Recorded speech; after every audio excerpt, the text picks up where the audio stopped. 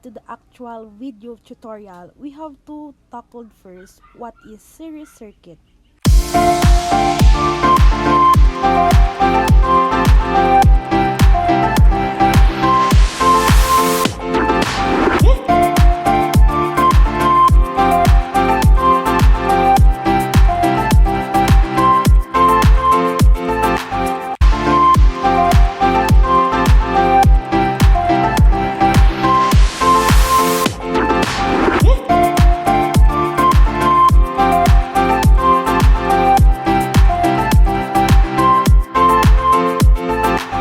The given problems are total voltage 110, resistance R1 is 45, R2 is 15, and R3 is 15.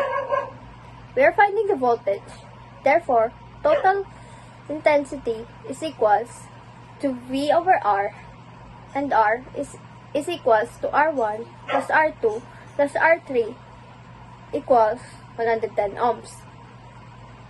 I is equals to 110 volts over 110 ohms, which is 1A. V1 is equals to 1 times R1, which is equals to 1A times 45 ohms, which is equals to 45 volts. V2 is equals to 1 times R2, which is equals to 1A times 15 ohms is equals to 15 volts. And lastly, V3 is equals to 1 times R3, which is equals to 1A times 50 ohms is equals to 50 volts.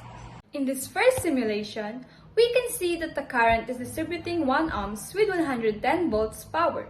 In the simulation, assuming that the bulb are the resistors, because in actual we cannot find the exact volts on every bulb, because the resistors has label of the different values of ohms. So instead of bulb, we can use resistors for specific resistance. In the second picture, the simulation shows that the voltage for the first resistance is 110 volts, which is the same to the battery power. In the third simulation, we can see that the voltage that is distributed to the second resistor has decreased to 65 volts.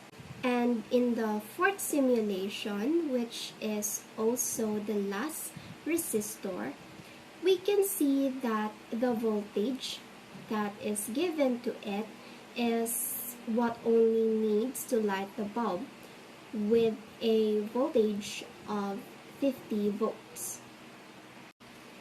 In conclusion, the simulation shows that the nearer the resistor to its resistance, the greater the voltage it gets. The far the resistor to its resistance, the less voltage it supplies.